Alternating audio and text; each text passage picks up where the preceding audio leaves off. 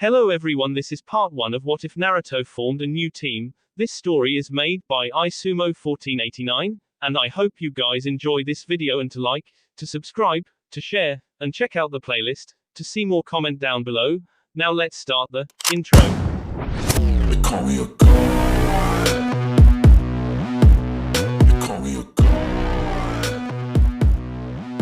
They call me a god. Join my membership, the perks are great. It's in the description. Haku stared with wide grey eyes as his father lunged for him. The man had retrieved the knife that had always been kept in the storage shed and bore down on his child, the blade already tinted crimson.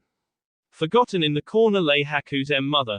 Her B-hand prints stained the wall beside her. The young boy was screaming as he stumbled in retreat, but beneath his terror he felt his insides boil as he was consumed with the will to survive. Mama, no, please. Haku dodged his father's S-strike, tumbling down to the hard, wood floor. Still her body lay unmoving. Her face was hidden by the frantic tangle of her dark hair. The boy backed away from his father, who was shouting unintelligibly at him to hold still. Haku cowered back to a far wall, bumping into a bucket of water his mother had brought in barely a half hour before. Haku squatted in the fresh snow, curiously observing the remnants of a snowman he had made the day before. It had melted and then refrozen into a thin layer of ice in the frigid morning air. His mother watched him from afar as she fed the chickens. Life on a farm was simple, peaceful and something she had always wanted for her Haku.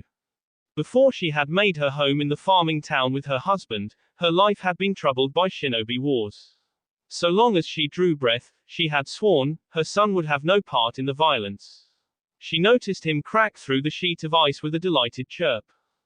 Haku, don't play in that water, you'll catch a cold. She called out to him. He was too busy playing to pay her any mind.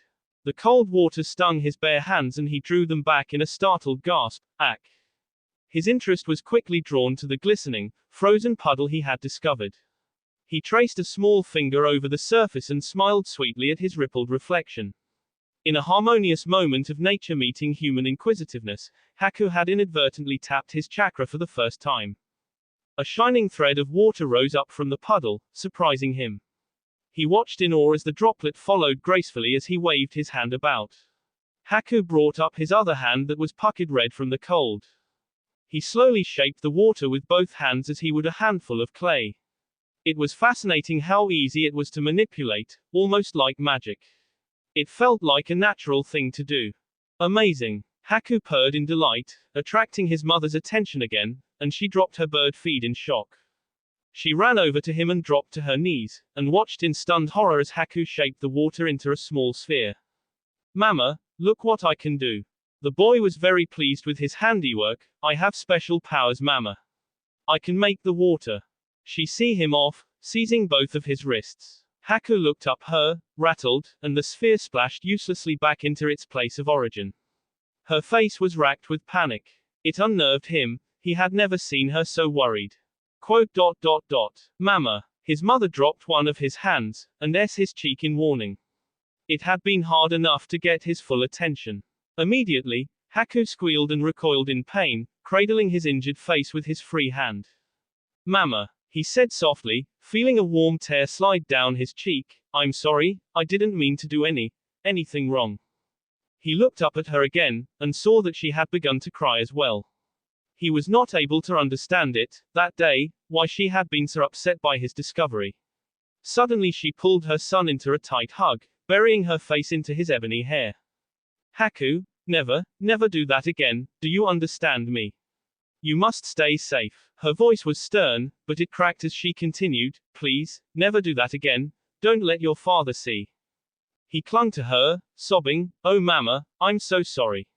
I promise, I'll hide it. You little monster. Hold still. His father swung his knife again, Haku's shoulder. Papa, no. No. Haku was howling, terrified, scrambling along the wall. His shoulder throbbed, and his desperate screams went unheard. The frightened boy tripped over the bucket of water his mother had fetched earlier and knocked it down. Its contents spilled out onto the floor, causing his father to slip. The water. His memory from earlier returned once he noticed the water. Maybe it could protect him. Papa, stop. Haku cried out. He felt a magnetic and instinctual pull help him grip the water. His energy surged with a rush of adrenaline and something else, something that gathered in his stomach and flowed out to all parts of his body. The temperature in the house dropped abruptly, stupefying his assailant. A gust of wind swirled as a tremendous power drew on the moisture in the air. Monster. His father was incomprehensible upon seeing his son's mysterious power. Before his father could bring the knife down, Haku let his instinct take over. His desperation to survive opened the floodgates of his power as energy poured out of him and ice pillars filled the room from all directions. The child's eyes were wide. His father stood motionless and his weapon clattered noisily to the floor. Haku had impaled him through the center of his sea. Holes had been punched through the roof and walls. The young boy clapped his hands over his mouth in shock as he watched his father slide sickeningly down to the floor. Haku hid in his room after he and his mother had discovered his power. He stood quietly by the door and eavesdropped. "You lied to me." His father's voice boomed, shaking him. He heard his mother's response. "Darling, please," she was crying. I never knew it would be passed down to Haku. We are peaceful. You have nothing to fear. You're one of them, one of those clan people." His father snarled. Haku could hear a glass object being shattered. "Please. I never meant any harm, I'm sorry." Her voice was pleading. Haku became extremely uneasy as he listened to his father's shouting. Never had he heard the man speak so angrily in his life. He knew something was very wrong. "He's a monster. You're a monster." Haku's eyes welled with tears. "Papa thinks I'm a monster. We'll keep it a secret. He won't hurt anyone." She was begging now. "No one else will know." Haku listened and it was uncannily quiet. After a moment, he heard his father speak. "Yes, no one will know." There was a pause, and then, his mother screamed. Haku gasped, "Mama." He raced out of his bedroom and into the fracas. He watched in terror as his father pulled a knife out of his mother's side and she slumped to the floor. Utter disbelief was visible on Haku's face. He stood rooted to the spot as his father approached. Haku trudged through the snow as tears ran freely down his bright red cheeks. His bare feet ached as he trekked through the snow. His farm was out of sight now, as well as his parents. Just as he had been taught that crops and animals could so too could his parents. Now he was alone. "Mama," he muttered to himself. He had never known such grief before. He wandered all the way into town and fumbled along down the street. Haku then felt something cold land on the end of his nose. A snowflake. It was beginning to snow and Haku felt his heart sink lower in his stomach. Things were not going to get easier for him. His shoulder no longer hurt and had stopped but he could not comprehend why his father had done what he did. He dashed under the cover of a bridge and dusted the white powder off of his ragged clothes. Haku sat down on the ground, incapable of crying anymore. Instead he wondered how he was going to proceed. The temperature was dropping and his stomach was growling. Haku could not deny his hunger. "Oh, be quiet," he mumbled. He sighed in exhaustion. It had been a long walk, and on top of his heartache he was cold and ravenous. What's going to happen to me? Haku pondered as he felt his eyelids droop, almost considering a nap. A cold breeze instantly sobered him, and he scooted closer to the edge of the overhang. He sat in silence for a long while, until time seemed to lose all meaning. After a while, snow thickly blanketed the ground. It was then something caught his attention, the soft treading of footsteps. They were close. Haku watched as a man passed by. It was a very tall man with short, black hair. He looked formidable in a flak vest and his face was hidden by bandages. Haku observed with wide, discerning eyes as the man halted and sensed his presence. The man with the bandaged face glanced over at him curiously and stared at him for a moment. The gazes locked, and Haku had a strange, unexplainable moment of kinship with the stranger. Haku could not put his finger on the reason why, but he knew that this person would understand him. For a moment he was tempted to speak, but he thought better of it. Haku averted his gaze, nearly embarrassed. Disinterested, the man looked away, and as quickly as he appeared, he vanished. Haku felt his insides twist. Something was strange about that man, plainly different from other people. He almost felt inclined to stand up and run after him. Maybe it had been a mistake not to ask for help. Still, he hesitated. Haku had been just as intimidated by the man's gaze as he had been intrigued. To speak to him seemed nearly out of the question. All Haku knew at that moment was fear. There were other people in town. They might offer food or shelter, if he was fortunate. Hunger took over his mind at last. Food was absolutely imperative for his survival. Haku stood up, and tottered out into the snow shower. He stood in the middle of the street where he had seen the man, yet it was now empty. Again, disappointment seized Haku. He had waited too long and now the stranger was gone. Haku sulked down the abandoned road, his heart feeling numb. The snow may have begun to freeze it and now all rational thought seemed to be slipping away just as the tall man had. Then, a smell. Haku caught the scent of something edible. His head snapped to his left, where a garbage can stood. The boy experienced a moment of repulsion, hoping he would not have to pick through refuse to find food, but his empty stomach urged him on. On tiptoe the young child peered into the trash can, hoping for anything that would appease his hunger. A growl came from behind him. The dog was small but glaring daggers at him, likely just as hungry as he was. Haku would not have his one chance of nourishment be taken away. He was prepared to fight for it. This is mine. Haku hissed in a hoarse voice, don't even try it. The mutt bristled, obviously starving. The child could sympathize for it on a small level. In a way, he and the dog had much in common. They were both alone, cold and famished. But Haku had something that the dog did not.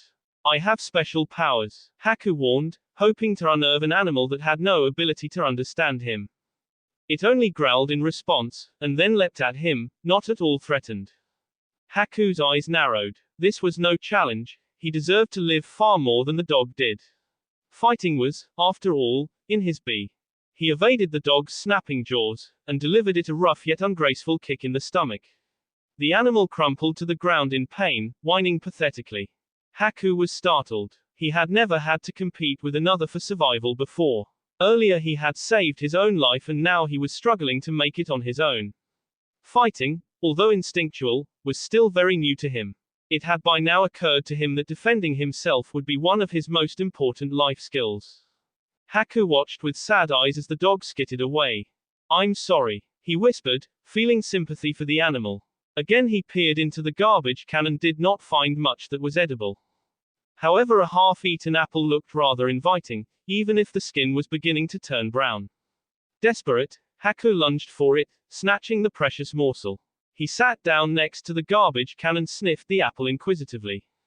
It was not really fit for eating, but still, food was food. Boy! Haku dropped the apple in surprise, he had not noticed anyone nearby. He turned and saw a man who he did not at all recognize. This one was an older, overweight fellow wearing a very concerned expression. Haku regarded him carefully and said nothing, and then finally picked up his apple again. Boy! The man repeated, what are you doing out in the cold? Haku detected a hint of compassion in the man's voice. Maybe he has better food than this. Haku wondered. He put the apple down and looked up at the man with beseeching, storm-colored eyes. His voice was soft, I have no place to go. The fat man seemed alarmed. No place to go, little guy. He was replied, and then asked, where are your parents? Haku knew the answer, S. But different words left his mouth, trying to cover up what had really transpired. I don't have any parents, mister. He answered quietly. The fat man nodded in understanding and a sort of sorrowful look came over his face. I'm sorry to hear that, the fat man said, well that makes two of us, then. I didn't have any parents either. Haku's eyes lit up quickly with an idea. He's like me. Maybe I can stay with him. He had passed up the opportunity earlier, and it may not be wise to do so a second time. If his survival depended on it, he would find someone to connect with. Do you have any food, mister? Haku asked, this time in a bit louder of a voice. The fat man seemed to have expected the question. You look like you could eat a horse, I bet. The stranger said, sure. I bet I've got something to spare. Follow me. Haku eagerly followed the fat man, his stomach writhing in pain. He scampered after the man down the street and around a corner. There he beheld a large cart brimming with supplies, and yes, food at last. Haku rushed up to the cart and helped himself, reaching into a paper bag, and withdrew a s of bread. The fat man chuckled, go right ahead. Take what you need. Here, let me fix you some of this stew. A friend gave me more than enough for my trip. Haku nodded while he bit large pieces out of the bread. His older companion spooned stew into a bowl for him and handed it to him with another S of bread. With a sigh he sat down next to Haku on the cart and watched him eat. Sadness was visible in his eyes. You know, little guy, the man said softly, you aren't the only orphan in the water country, it's really quite a shame what goes on in these lands. So many families have been torn apart.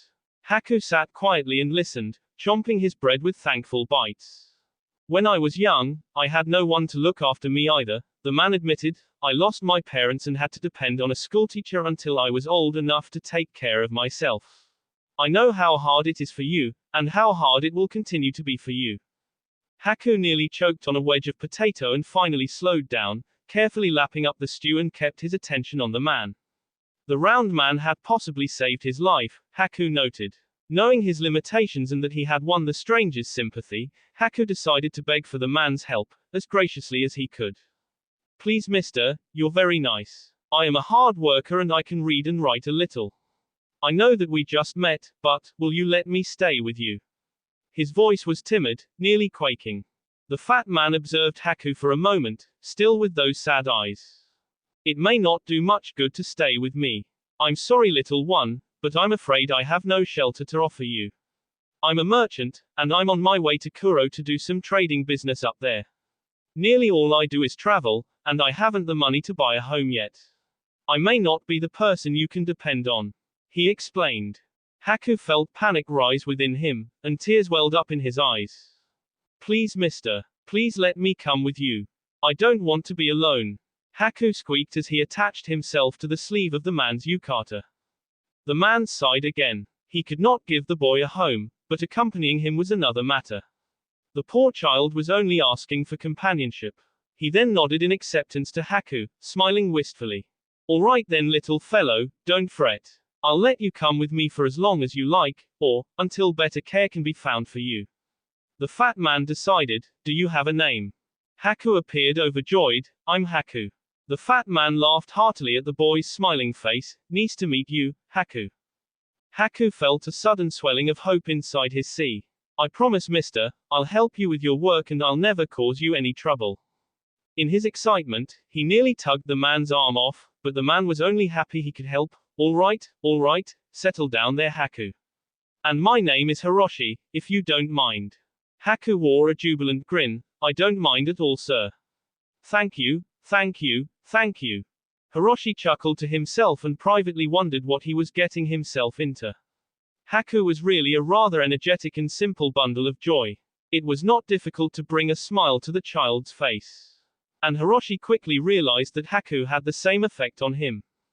Quote, I could never love you Gaara, in fact I hate you. I hate you for taking her away from me. Gaara stood, observing his uncle with disbelieving eyes. How could this be happening? How could this be real? Uncle, Karura never wanted to S, and she's S because of you. You're the reason my sister is S. Gaara felt tears sting at his light green eyes. His mother, S because of him.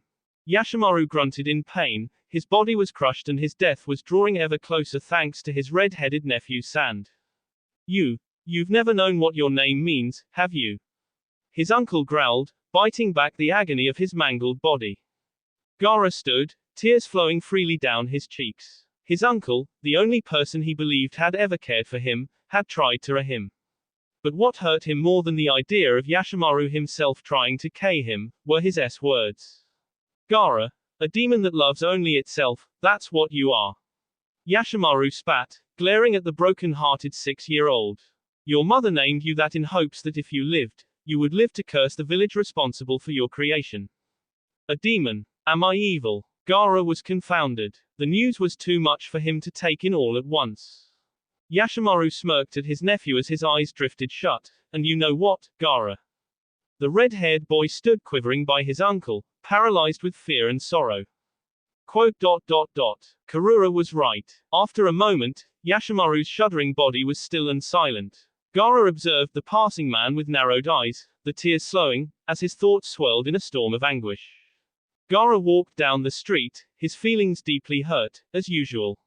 Monster. Why did that boy say that to me? The red-haired child wondered, I only wanted to help him. He recalled the other children in his village playing ball together. He yearned to join them, to be a part of them and to not have to be alone. At one point the ball had escaped the grasp, and he only meant to return it to them. But they were afraid of him, terrified. Some screamed at the mere sight of him. It pained him to hear those shrieks of fear, and watch them scatter like grains of sand in the wind. He never meant to harm anyone, but none of the other children made the effort to get to know him. Gaara only wished them to stay, to keep him company for whatever time they could spare. When they fled from the ball yard he reached out to them, his sand partially preventing their escape. It was just an innocent gesture, a cry for love that no one understood. But they were horrified and unwilling to accept his power. Unwilling to accept him. He had hurt the other children when they struggled to flee. He saw it happen, though he would never hurt them intentionally. I never meant to. Yet Gaara was still determined to prove that they had no reason to fear him, and no reason to run away when he approached. So he visited the young boy's house in the hopes of apologizing because his injuries had been the worst. He had even brought ointment with the intent of easing his pain. He came to the door and then.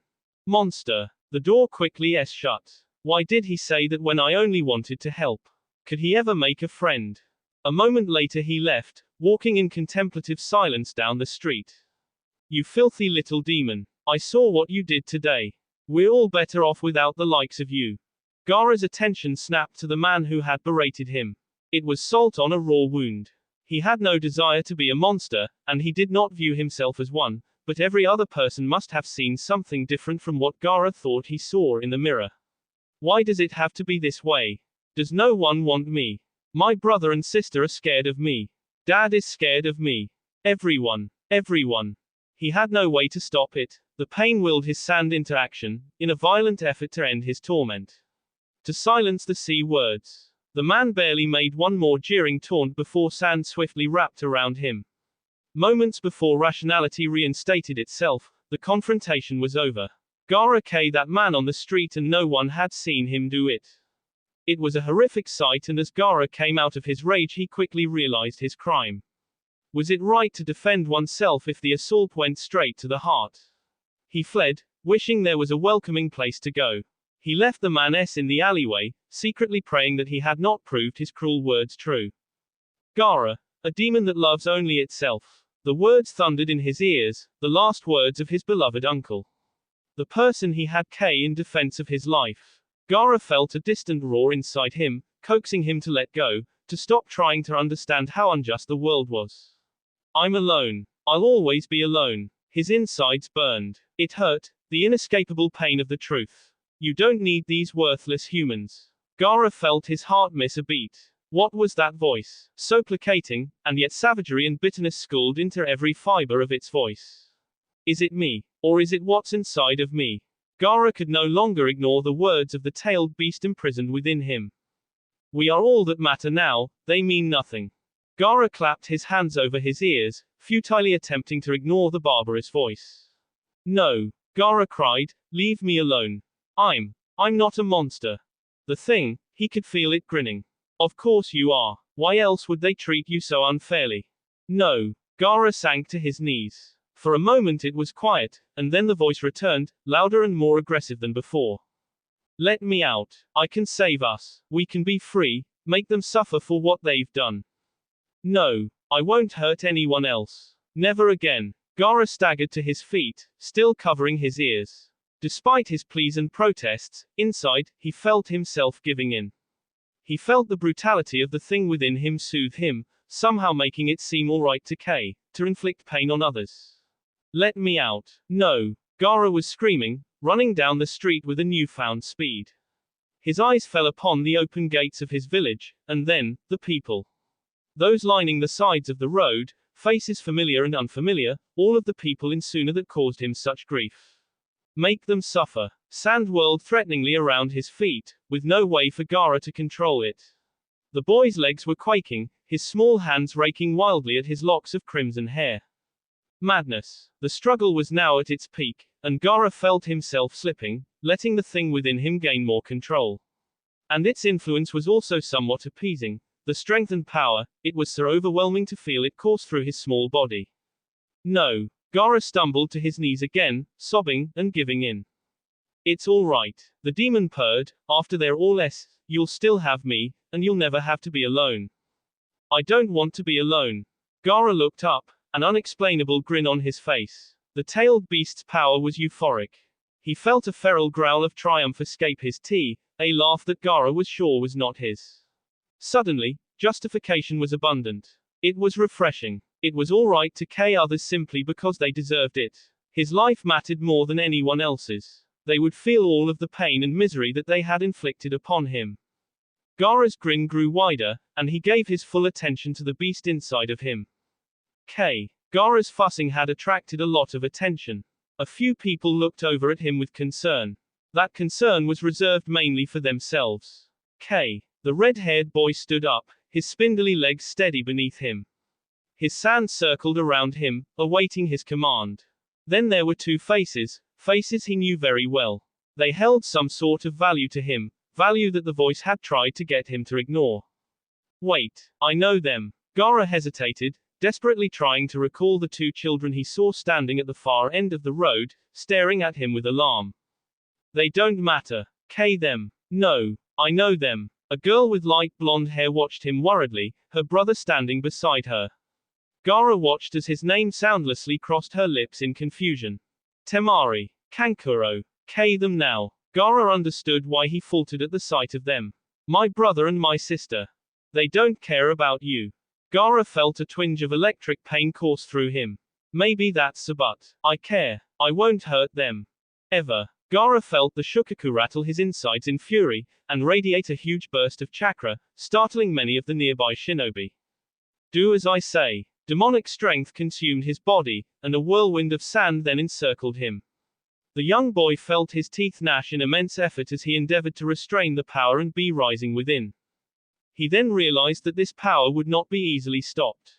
I won't let you hurt them, not anymore. Gaara panicked as the tailed beast howled viciously inside of his head, willing his feet to move. He felt himself slowly approaching his fellow villagers, hands raised, sand flying at him, knocking him away. Temari and Kankuro stood motionless, horrified. He heard the cries for any sand nin to stop him, by any means. Gaara watched in fear as kunai and shuriken flew towards him, glinting menacingly in the daylight.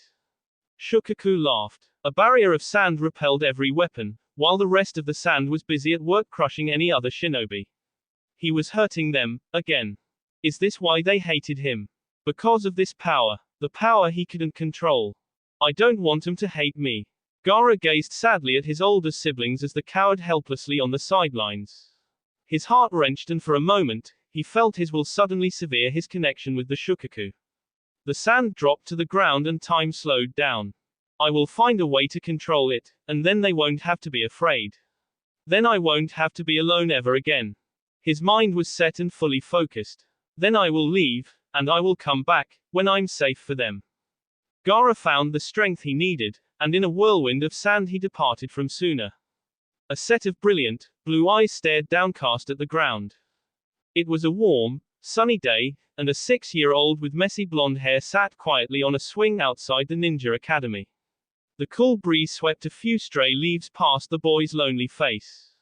If loneliness was an illness, then Naruto would have been confined to a hospital for it. His home was in Konohagakure, the village hidden in the leaves, even if it was painful to admit. He had been shunned and ostracized for the length of his young life by his fellow leaf villagers. Unknown to Naruto, the reason for his unhealthy solitude was that he was the container of a monstrous demon that had attacked Konoha the night he had been born. As a result, contemptuous shinobi and mistrusting citizens kept the distance from the otherwise harmless child. He had no concept of what he could have done to bring such cruelty unto himself. I've been so nice to everyone, but why do they always ignore me? What did I do? Naruto sat in silence, pondering the reason for his misery. Hey, the blue-eyed boy looked up, and noticed two girls his age looking at him strangely from a bench. Hey, the girl with the light blonde hair called to him again, what are you doing over here all by yourself? A girl with pink hair stood shyly next to her, trying to hide her head from view. Naruto felt an enormous smile explode onto his face. Wow. They're actually talking to me. He leapt from his spot on the swing and went over to them. The blonde girl had her hands on her hips and appeared far more confident than her friend. Well, she asked again, why are you all alone? Because no one ever wants me around. Naruto answered honestly. It was awkward, he had never fully participated in a conversation before, and talking to the girls felt refreshing. Why is that? The pink-haired girl stepped out from behind her friend. I don't know. They always treat me that way, I guess. The blonde girl shook her head in disapproval. Well, that's just silly. You can play with us if you like to. What's your name? Uzumaki Naruto. Okay, Naruto. I'm Ino. My dad owns the Yamanaka flower shop. Ino then turned to her friend, and this is Sakura. Don't worry if she's acting funny, she's trying to hide her big forehead. Ino. She squealed, don't talk about it. What? It's not really such a big deal. Naruto had a better look at the girl called Sakura. She had green eyes and pale pink hair, though he did not see much of a problem with her slightly spacious forehead. There's nothing wrong with your forehead, Sakura, it's kinda nice. Naruto's words seemed to shock the self-conscious girl. You really think so? Ino nodded, yeah, he's right. When you don't hide it, it makes you look cute. Sakura smiled, glad her forehead was being admired rather than spotlighted for its size. So you'll really let me play with you? Naruto was elated at the nice girl's offer. Sure, come on, Ino answered, leading him along down the path. We can go play on the slide, I'll race you there. Ino ran ahead, and Sakura and Naruto laughed as they followed her. The next morning, Naruto was as happy as the proverbial clam. Never in his life had he ever played with other children, and it was something that he was looking forward to with his new friends Ino and Sakura. He recapped in his mind how wonderful that day had been. We played and played until the sun started to go down, and they even invited me to come back and play today. This is great. In fact, Naruto was in such a pleasant mood, he had even brought along 2 extra cups of miso ramen for his new buddies. He sat on the swing anxiously. He had checked his clock before he had left home. It was nearly 10 o'clock. A goofy, excited grin was plastered on his face when he saw 2 small figures approaching from the other side of the academy. Hey Ino. Hi Sakura. He called out to them as they neared. The 2 girls paused and looked at him for a moment. The hazy, morning light blurred the expressions on their faces. Still too excited to sit and wait for them to approach, Naruto sprang up and trotted over to them. Hi guys. I brought something for ya. It's my favorite. Naruto quieted his rambling when he noticed the odd looks on the girls' faces. Hey, are you okay? He asked, not understanding their silence. Ino gave him a fierce glare, her mouth pursed in a tough line. I went home yesterday and told my dad about you, Naruto, Ino snapped at him, and do you know what happened? Naruto shook his head, worried over the answer. He yelled at me. It was horrible, and he says that I'm never supposed to go near you again, so there. The boy winced. Why was this happening? I'm sorry Naruto, Sakura apologized, but my mommy and daddy don't want me talking to you either. I'm really sorry. Naruto's head was spinning from the magnitude of rejection. Sakura and Ino, they had so much fun the day before. Why were his new friends doing this to him? He watched as the girls turned to leave and panic set in. Wait, Naruto cried, I don't understand. We're friends and I promise I'll be nice. I won't do anything wrong. Don't go. Ino sniffed and turned her back on him. Come on Sakura, let's go. Please don't leave me all alone again. Naruto sniffled helplessly. Sakura gave him a pained look. I'm sorry, she whispered, before taking off after Ino, leaving Naruto behind. They left me. Both cups of ramen slipped from his hands and fell to the ground, spilling their contents on the dusty path. A single tear slid down his whiskered cheek, and he swiped it away with the back of his hand. Naruto turned and ran in the opposite direction from where Sakura and Ino had come from. He ran back into town alone as he had done many times before. Why did they go? I thought that they liked me. Naruto stumbled down the deserted street, under the beaming light of the morning sun. His head was hung in great dismay. The dull, resonating ache of loneliness bit at his insides again. It hurt when he realized that he could barely make friends, let alone keep them. He sniffled quietly to himself as he trudged along his usual path, and then stopped, noticing 2 people ahead of him. Naruto gave them a brief, but observant glance. They wore green jackets and fishnet shirts, and had forehead protectors with the hidden leaf symbol on them. They were ninja, Chunin, he had heard was their rank, and they looked much older and more experienced than the genin he had seen outside of the academy. They smirked at the small boy. Looks like the beast still walks these streets freely. One of them muttered. The other stared at Naruto soundlessly, a look of utter repugnance in his eyes. The blonde-haired boy looked at the two shinobi again for a moment, and then continued, too broken-hearted to listen to any derogatory comments they may have saved for him. Angered by his innocent gesture, the silent shinobi shot forward and grabbed hold of Naruto's arm, and squeezed threateningly. Ow. Hey, let go of me, the boy yelled, not expecting an attack from a member of his own village. Did you let go, demon? The enraged ninja hissed, did you let my sister live? She's S now, and you're still alive. Naruto had no idea of what the infuriated ninja was speaking about.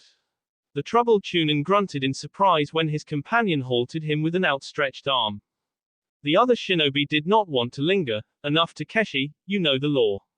Besides, we have a mission. No, his partner hissed again, hoping to get some kind of retribution. That hurting the boy may hurt the Kyuubi. Naruto felt tears sting his eyes. Why did people hate him so much? He held his ground, knowing he could not outrun him, and prepared himself for a flogging that never came. Stop it. The voice was young, like his, but obviously aware that what was happening was wrong.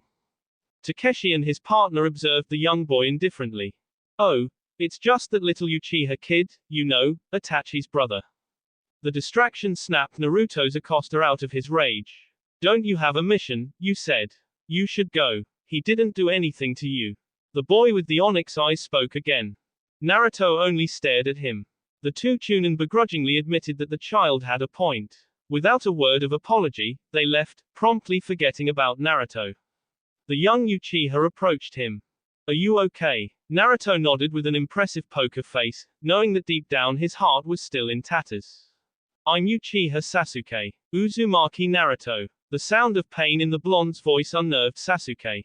What had they done to the boy who called himself Naruto? He had seen him around the village from time to time, but Sasuke hardly knew a thing about him.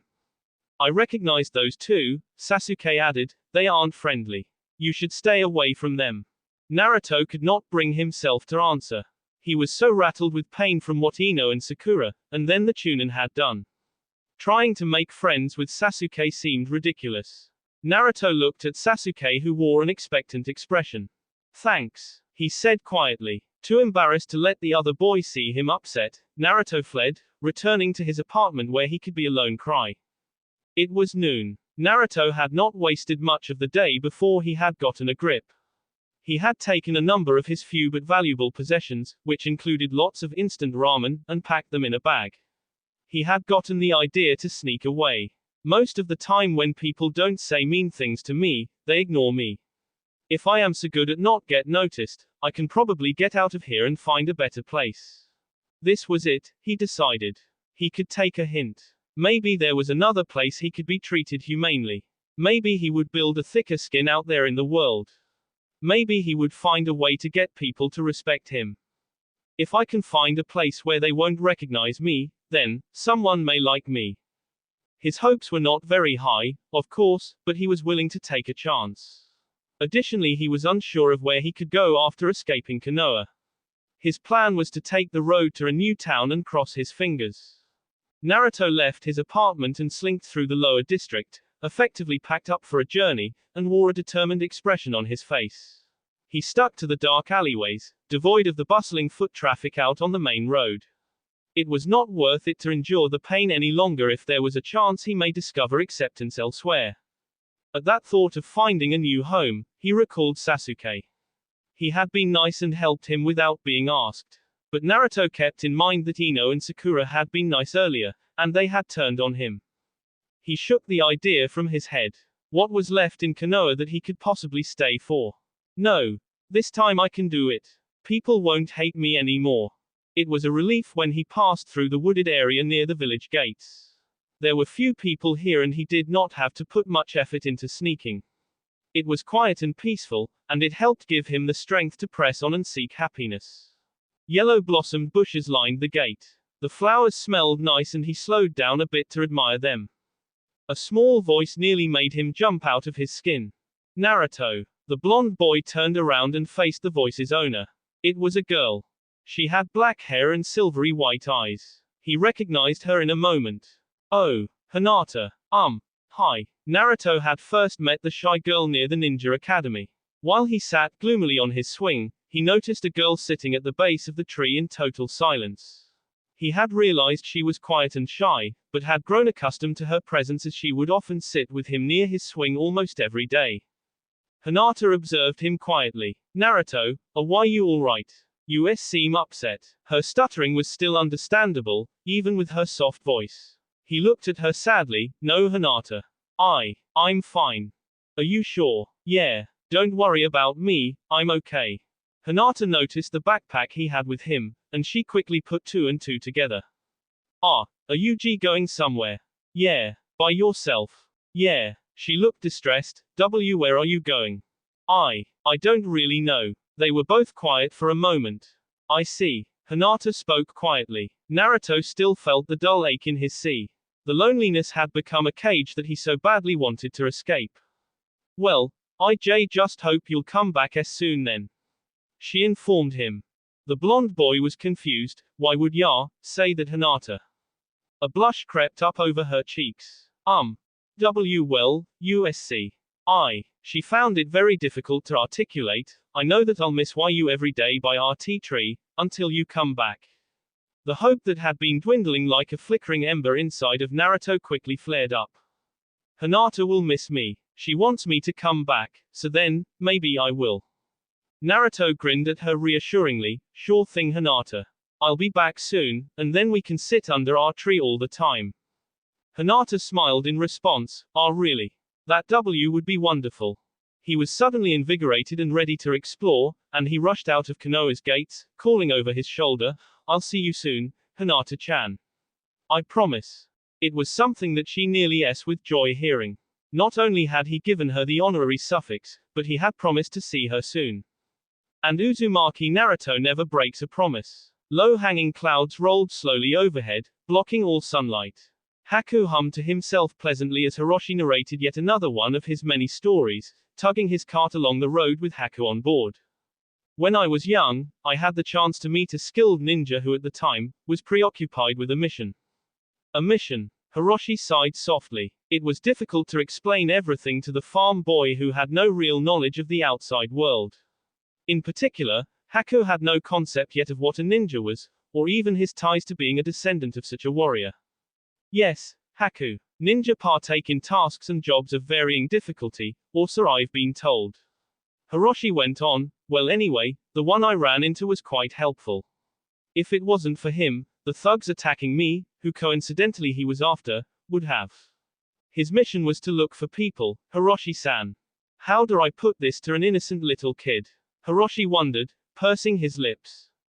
Sort of. He rather beat them all and saved me in the process. I haven't seen many shinobi in action since that day. It was an impressive sight. The man smiled fondly to himself. He had grown a certain respect for ninja with intentions of doing good in the world. Haku looked up to his companion with a quizzical look on his face. Hiroshi-san, did you ever want to become a ninja? He asked, his eyes shining a color identical to the sky above.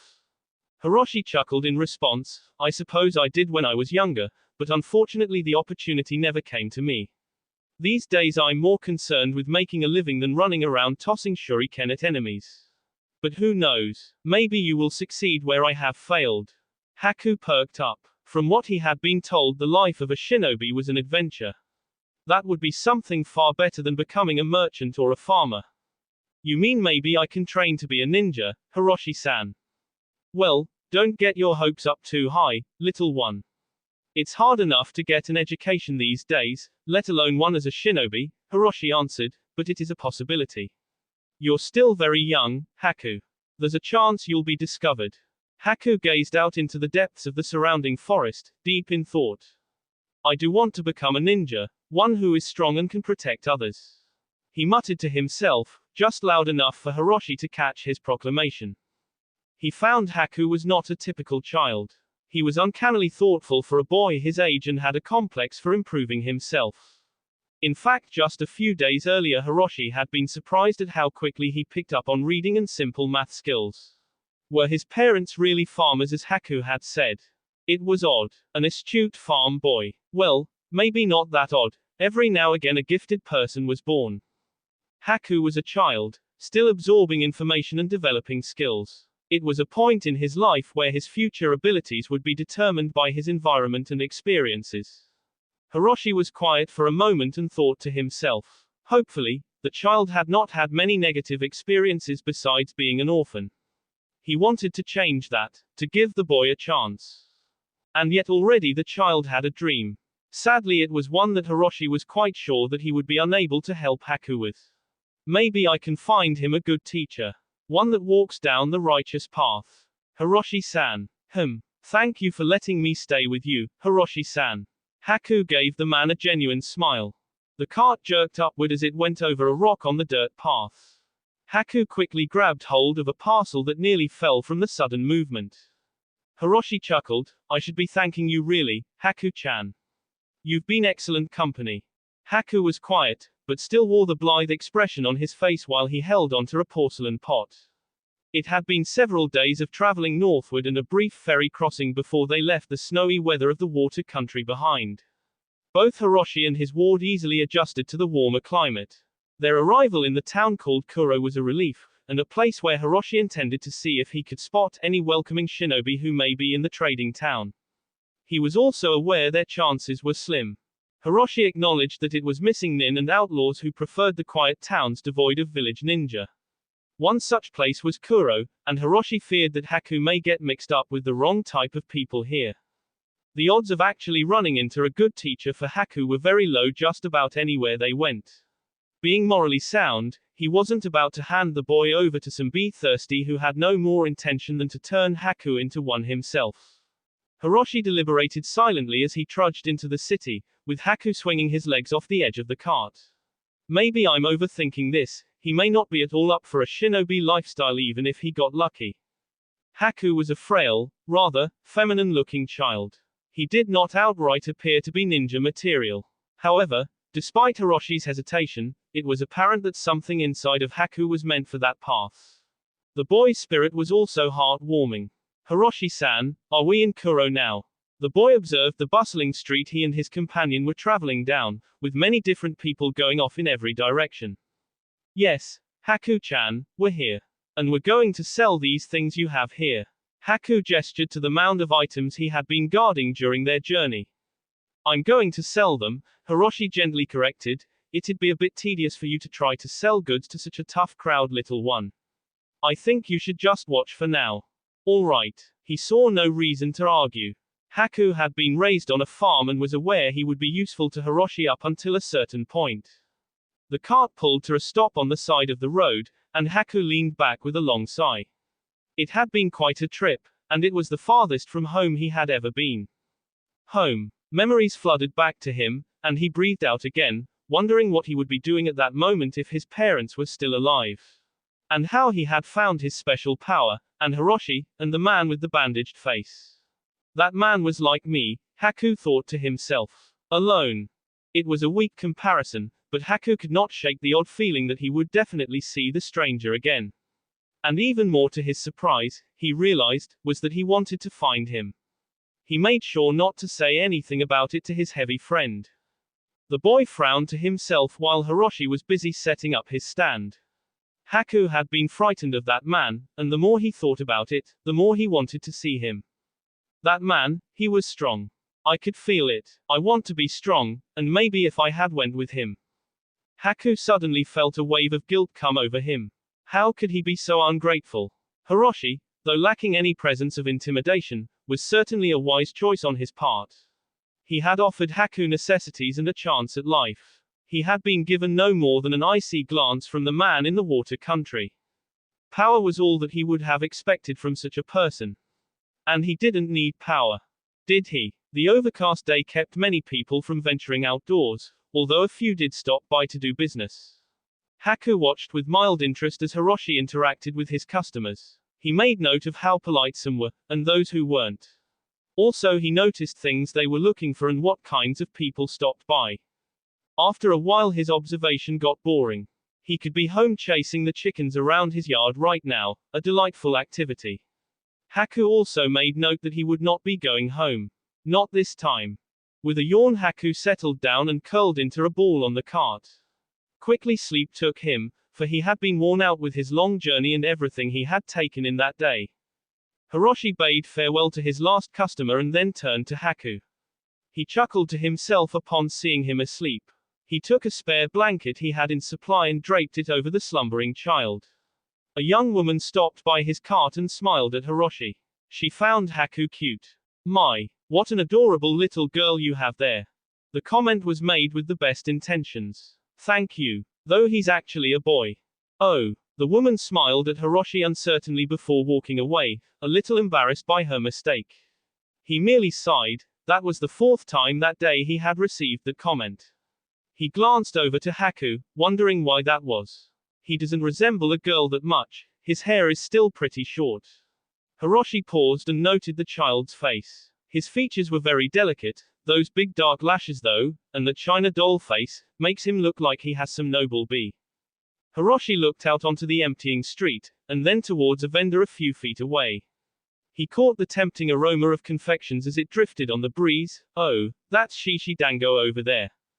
His sweet tooth beckoned. Hiroshi momentarily observed Haku. "I'll be back in a minute," he said quietly, before venturing over to the dumpling stand. It was dark. Haku rolled over and bumped his head against the porcelain pot. Ow! He sat up and rubbed his forehead as his eyes blinked open. Why was it so quiet? Haku looked around, and saw no more than an empty street and a darkening sky. He felt Velb run cold. Where was Hiroshi? "Hiroshi-san," he called softly. There was no answer, and Haku quickly stood up, looking around frantically.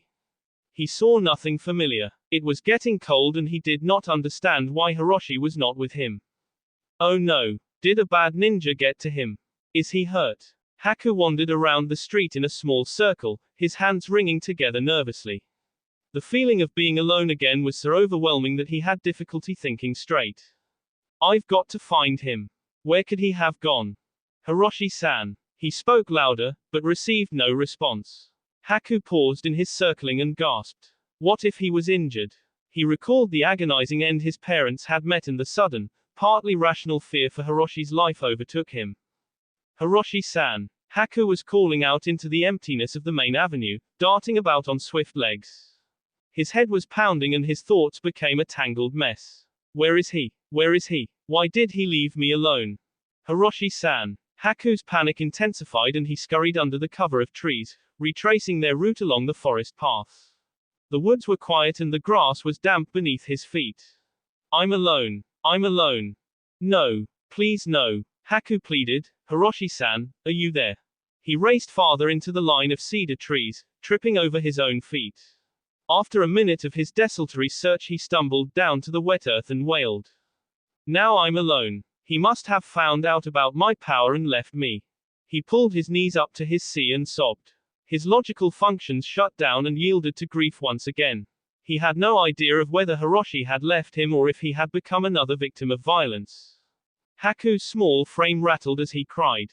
He had not been able to bring himself to do it any sooner. He cried for his parents, for the dog and for himself. Why did things always turn out this way? He heard a foreign noise in the background, despite his tears. He couldn't place it, but it was a constant, soft sound that helped him focus. Haku sniffed and wiped his damp cheeks with the back of his hand. Ha! He gazed ahead and then noticed a glimmer a short distance away. A river ran parallel to the town, flowing gently. The sight of water was curiously soothing to Haku. He stood up, still drying off his cheeks on his scruffy shirt, and took small steps toward the body of water. He stopped at the water's edge and frowned down at the dark water. He recalled how his ability to manipulate water and ice had gotten him into a lot of trouble. It flowed undisturbed, as if it were mocking him, mocking his pain. I lost Mama and Papa, all because of. Haku sniffled, struggling with the weight of the terrible memory. Despite the trauma he had gone through, Haku liked the power he had. It felt just as normal as taking a breath of air or knowing how to walk. He never would have used his ability to harm anyone, if his father had only accepted him as he was. For a moment he stood staring accusingly at the water. He was upset his parents were gone and that Hiroshi had disappeared. Was it a sign? Was he really meant to be alone? I am not a bad person, Haku affirmed, and my power isn't bad either. He raised his hand and watched in reserved delight as the water rose up at his command. It made him feel better. Haku waved his hand forcefully to the left, making the thread of water fly up above the surface. The ribbon of shimmering liquid coiled gracefully as he directed it, easing his heartache. I like my power and I will use it to become a strong ninja. Smiling at the thought of one day becoming a shinobi, Haku continued with his activity, until he was interrupted. Whoa! The shout from behind him startled Haku so badly that the serpent of water that had once been airborne, splashed quickly back down into the river. Haku turned around and faced the newcomer. Wow! That was awesome! How did you do that? The boy was about his height and was incredibly loud.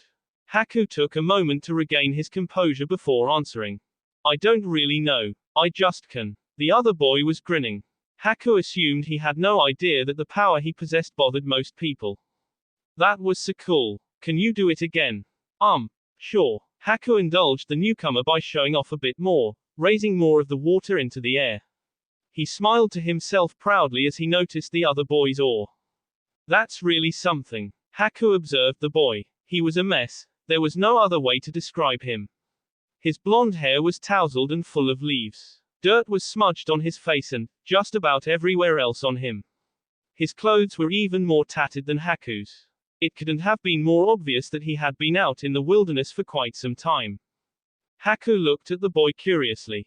He was unsure of how to act since he had hardly ever had contact with other children before. The blonde boy flounced up to Haku, apparently thirsting to socialize. Hey, I'm Uzumaki Naruto. Who are you? Haku's ears were hurting. Why was he so loud? He answered in a quiet voice, I'm Haku. Naruto grabbed his hand and shook it. It's great to meet you, Haku. You're the first person I've seen outside of Konoha. Haku picked up on Naruto's enthusiasm and found himself smiling as well. Konoha. Naruto looked dumbfounded. Don't tell me you haven't heard of the Hidden Leaf Village.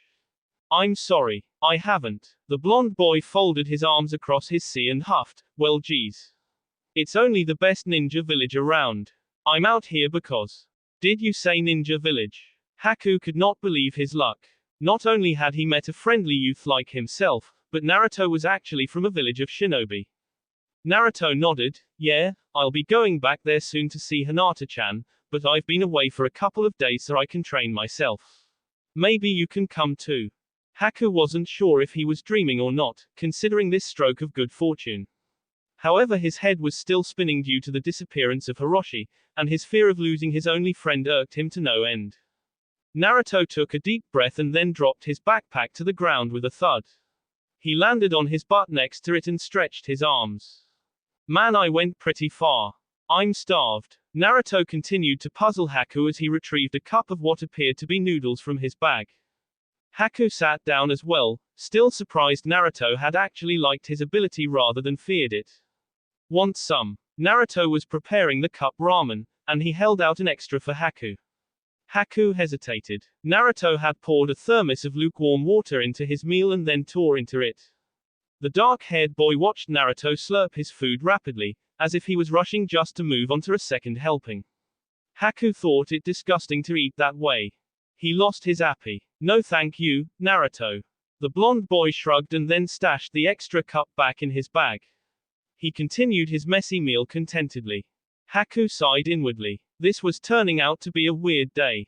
He had to say something. Now that he was aware that Naruto had actually come from a ninja village, it may be his only chance for the training he wanted. Naruto. MFF. What's it like in your village? Haku went straight to the point. Can I train to become a ninja there? Naruto sighed and put down his empty cup. His face became solemn upon recalling Konoha. In his heart he knew it was a great place, just not particularly for him, but he promised himself he would find a way to change that. He tilted his chin up in the air in thought, well. Haku looked at him with great anticipation. Training to become a ninja is hard no matter who you are. Do you think you have what it takes? Naruto tried to unnerve Haku, but he only succeeded in confusing him more. Do I have what it takes? Yeah, you know, jutsu, weapons, skills, that kind of stuff. Naruto himself understood very little of what he was talking about. Haku shook his head. What was a jutsu? He had lived on a farm for heaven's sake. Naruto took a closer look at Haku. He's kinda scrawny and, I don't know. Well, you can do that cool thing with the water, so that's a start. Naruto tried to form a list of assets. Can you fight? I can with water. Naruto shook his head. No Haku, I mean like punching and stuff. I heard people at the academy call it something, but I don't remember what exactly. Anyway, can you? No, I don't know how. Haku felt embarrassed. He hadn't taken into account that he would have to be able to fight in more ways than one. He felt disheartened by the idea. By some miracle, Naruto came up with another idea. Well, you can learn to fight and stuff later. But are you good at anything else? Like medicine? How fast are you? If Haku could remember correctly, he could be impressively fast when he wanted to be. Yet he was not certain if his speed could compare to a ninja's. He decided to give it a shot anyway. I'm fast. Good. Let's see. Naruto jumped to his feet, his energy practically radiating off of him. It made Haku feel tired just by looking at him. Haku stood up as well. I'm fast, I can prove it. I have skill. It was the first time in Haku's young life he had heard 3 specific words used in the same sentence. Tag. You're it. In a flash of yellow, Naruto was gone. Haku stood where he was, completely perplexed. I'm afraid I don't understand, Naruto. Naruto sighed in exasperation and leapt down from his hiding place among the treetops. You're it, so you know, you gotta run after me and try to catch me. That way I can see how fast you are. Haku was still bewildered that the blonde boy jumped in and out of trees like it was nothing, which could explain all of the foliage he was covered in. He shook the thought out of his head and nodded. All right, I don't think I can get up into the trees though. I suppose I'll have to find a way to keep him on the ground. Naruto laughed gleefully as he disappeared into the treetops again, and Haku quickly pursued him while on the ground. Why don't you just come up here, Haku? You're pretty fast. Naruto called down to him, leaping from tree branch to tree branch. Haku frowned up at him. I can't jump that high. Then you'll never catch me. Naruto certainly wasn't concerned with stealth. His laughter echoed through the entire forest and made it easy for Haku to follow him. It was frustrating for the dark-eyed boy to stay grounded. Luckily Haku had something that Naruto had not counted on: brain power. He was clever enough to fix his problem. Naruto makes it seem that I can only catch him if I chase him around. But maybe if I too slow. Naruto laughed while jumping over Haku's head. He raced like a yellow blur back towards the river. Haku was not willing to be outdone. He nearly matched Naruto's speed and let him lead the way through the forest while he waited for the blonde boy to play into his still-forming trap. Come on, Haku. I thought you said you wanted to train as a ninja. Naruto taunted playfully as he bounced around the treetops with ease. Haku remained quiet in his pursuit, waiting for the right moment to strike. Suddenly Naruto made the mistake of coming too close to the water's edge. Now, Haku waved his hand in a diagonal motion he had practiced before, letting a thin jet of muddy water land a direct hit on Naruto's face. His accuracy was alarming and his timing was flawless. Wah! The blonde boy slipped from the tree branch, blindsided by the attack. Since his calculations had served him well, Haku quickly pounced on Naruto with a triumphant smile as he collided with the ground. I got you. Naruto was still hollering in laughter, aware that Haku had used wit rather than speed to catch him, but he was impressed all the same. He spoke between pants. You're not as fast as me. Not yet. Haku admitted it with a smile since he had still proved himself. I didn't expect a trap. Naruto dried his face on his sleeve once he had caught his breath. Haku felt accomplished. If only Hiroshi had seen how well he had done. Hiroshi. Haku leapt to his feet, remembering his friend and how he had not completed his search. Oh, I need to find Hiroshi-san. It's getting dark. Naruto looked up towards the red and pink sky and then to Haku. Who's Hiroshi? My friend. I fell asleep a little while ago and when I woke up I couldn't find him. Haku explained. He didn't feel as panicked as he had before, but he was still worried enough to keep looking. Naruto slipped his backpack on and also stood. I'll help you find him. Naruto volunteered. His main reason to help was that Haku was an enjoyable playmate, and he did not look forward to being left alone again. Thank you. Haku was glad Naruto had decided to come along. It took a moment for Haku to get used to his new companion as they ventured back towards the town. He's like me, more than Hiroshi or the man with the sword. Naruto wants to be a ninja. Haku was startled when Naruto spoke up in a normal tone of voice. So, does this make us friends? Haku smiled. It would be an honor to be your friend, Uzumaki Naruto. By the time they had returned, street lamps were already lit, and the sun sank slowly beneath the horizon. At that point, Haku was certain of one thing about Naruto. He liked to talk. A lot. He was uncertain why Naruto was so chatty, however it was pleasant to have someone his height to speak to. The people in my village don't like me much, Naruto went on about Konoha, I don't know why. So I'm going to become a powerful ninja so they'll stop hating me and start respecting me. Haku could understand that feeling. Why do you want to become a ninja, Haku? He looked to Naruto as they walked down the side of the street. He knew the answer to that. I need to become stronger to protect the people who are precious to me. I haven't been able to do that. Haku recalled how he had failed his parents, and if I train as a ninja I can find a way to save people. Naruto nodded. Yup, that's a good reason. I like that reason. Haku. It was a deep, bellowing shout that made both boys turn around. A large man was jogging up the road and he appeared greatly distraught. Haku's face lit up as he saw that his companion had not abandoned him after all. Hiroshi-san. Haku darted over to his fat friend and hugged him in great relief. Hiroshi frowned at the farm boy. Sweet lord, Haku. I've been looking all over for you. I don't want you running off like that again, you hear me? This place isn't safe. Haku bowed his head in apology. I'm sorry Hiroshi-san, it's just that when I woke up you were gone and I thought you had left, so I went to look for you. He rambled, I was worried. Naruto watched the exchange, waiting for a chance to introduce himself. You should have waited for me, Haku-chan. I was only getting some dango. Haku had never heard of such a thing before, dango. Try it. Hiroshi reached into a paper bag and handed him a skewer of pink and green dumplings, and then turned to Naruto. So, who's your friend here? I'm Uzumaki Naruto. Hiroshi chuckled at the spirited boy. Hello Naruto. I am Hiroshi and I take it you've already become acquainted with Haku.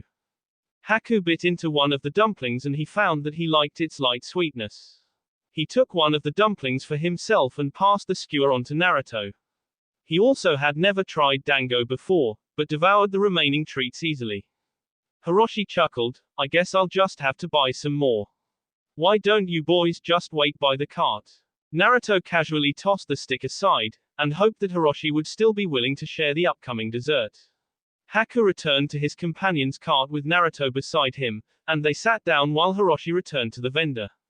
Wow, I guess it wasn't really that hard to find your friend after all, huh Haku? Naruto observed. Haku forced a smile. It turned out to be just that. He had indeed overreacted. Though Haku believed Naruto wouldn't understand the feeling of panic that came over him earlier. Naruto shook some of the leaves out of his golden hair. I sure am dirty.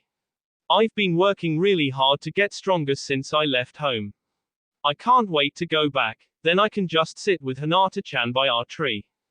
And I can come with you. Haku confirmed. Yup. Then you can meet Hinata-chan. She's really nice. Haku laid back and sighed. I'd like that. Have you two settled down? Hiroshi returned with 2 skewers of dango and Naruto looked at them expectantly. I suppose Naruto will be staying with us for a while. Naruto shook his head. Nah, not for too long. I'm gonna go back to Konoha for ninja training and Haku's coming with me. Hiroshi was stunned. Konoha. What are you doing away from Hidden Leaf? Trying to get stronger, but I'm going back soon. You're a bit too young to be wandering by yourself if you ask me, Naruto. Hiroshi handed him the dango that he had been staring at. Are you all by yourself? Yeah. He chomped gratefully on the sweets. How had no one come looking for this child yet? He was too young to be out on his own. Funnily enough, The good shinobi who could help Haku with his ninja training happened to be a 6-year-old. It was something Hiroshi was not expecting. So Haku-chan, would you like to go to Hidden Leaf to train as a ninja? Hiroshi asked. Haku looked excited at the idea. Yes, I want to go with Naruto. Hiroshi nodded to him. It was settled then. He had not anticipated it to be so simple. Haku noticed an odd sight while he was watching the sun set. A small dark cloud appeared in the distance, silhouetted against the rosy sky.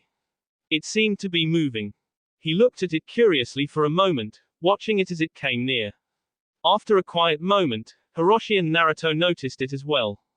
What the heck is that? Naruto asked with one last mouthful of sticky dango. No one could answer. What once appeared to be a cloud, turned into a mass of furiously whirling sand, that was approaching at an unsafe speed. It nearly resembled a funnel cloud, but was far too small to be a tornado. That was when Haku decided he really was having a weird day. The three of them looked on in shock as the sandstorm halted several yards away from them, kicking up dust and sand as it slowed to a stop. Hiroshi's dango slid off of the skewer and plopped down to the ground. I guess today is not my day for snacks. What is going on? Naruto and Haku stared with wide eyes as the sand thinned and then ceased its motion, revealing a person amidst the center of the swirling wind. That's really cool, Naruto commented, feeling the same awe as he had felt meeting Haku. The sand cleared, and what remained was a small boy with a shock of red hair. His eyes were big and he was trembling uncontrollably, suffering from extreme exhaustion. Haku took a few steps forward and then stopped. He could feel the immense power the boy had, just as he had felt it with the man with the bandaged face. The red-haired boy stared at them silently for a moment, shaking. Hiroshi looked at him, unsure of what he could do. Hey, are you alright? Naruto promptly asked. Haku watched with bated breath. The power that he felt was flickering. The boy was going to cave. The boy's voice was weak and pained. Help me. The three watched as he collapsed to the ground, landing with a soft thud. While Haku and Hiroshi stood in stunned silence, Naruto could not help himself. Quote. Whoa. That will be all for this video. Be sure to like, subscribe, share, and comment down below for more videos. Goodbye.